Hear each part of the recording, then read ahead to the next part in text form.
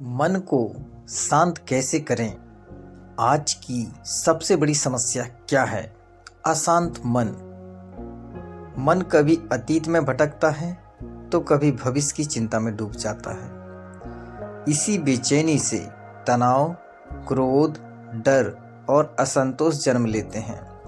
लेकिन प्रश्न यह है, क्या मन को सच में शांत किया जा सकता है? धर्म और जीवन अनुभव दोनों कहते हैं हाँ, बिल्कुल किया जा सकता है। सबसे पहले यह जरूरी नहीं है कि मन को जबरदस्ती शांत किया जाए। मन को समझाकर शांत किया जाता है। पहला उपाय, श्वास पर ध्यान। जब भी मन बहुत अशांत हो, कुछ क्षण के लिए रुकिए और अपनी सांसों को महसूस कीजिए। धीरे धीरे सांस भीतर लीजिए और उतनी ही शांति से बाहर छोड़िए। यह छोटा सा अभ्यास मन को वर्तमान क्षण में लाता है और जहाँ वर्तमान है वहाँ चिंता नहीं टिकती। इसलिए पहला उपाय श्वास पर ध्यान करना बहुत ही उत्तम माना गया है। दूसरा उपाय, विचारों से लड़ना बंद करें। अक्सर हम सोचते हैं ये विचार क्यों आ रहे हैं।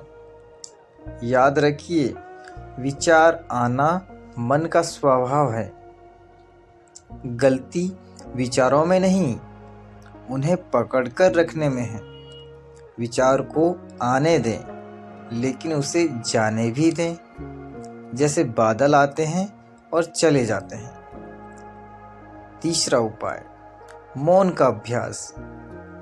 दिन भर हम बोलते रहते हैं लेकिन अपने मन की आवाज़ नहीं सुनते। कुछ दिन में कुछ समय पूरी तरह मौन रहिए। ना बोलना, ना मोबाइल, ना कोई शोर। यह मौन मन की उलझनों को धीरे धीरे सुलझा देता है। चौथा उपाय, नियमित दिनचर्या। अव्यवस्थित जीवन अशांत मन को जन्म देता है। अगर हमारा जीवन व्यवस्थित नहीं होगा तो हमारा मन बेचैन रहेगा और हमेशा अशांत बना रहेगा। इसीलिए समय पर सोना, समय पर उठना और अपने काम को पूरी एकाग्रता से करना मन को स्थिर बनाता है।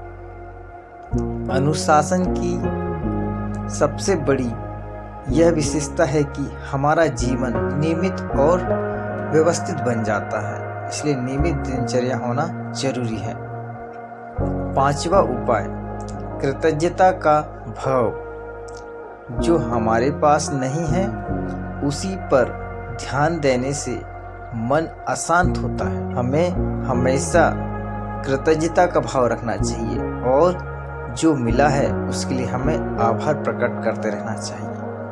हर रात 3 चीजें याद करें जिनके लिए आप आभारी हैं।